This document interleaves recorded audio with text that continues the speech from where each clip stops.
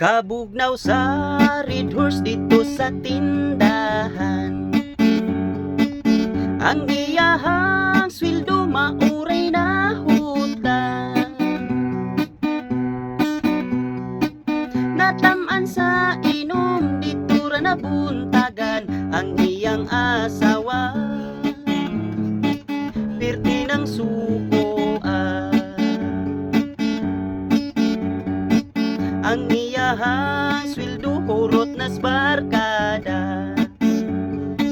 Ang iyang pamilya na mayakpak na. Wala na'y pagkaon kay bir ang giuna mauning resulta.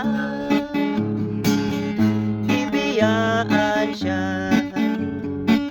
karong panahon na siya naginusara.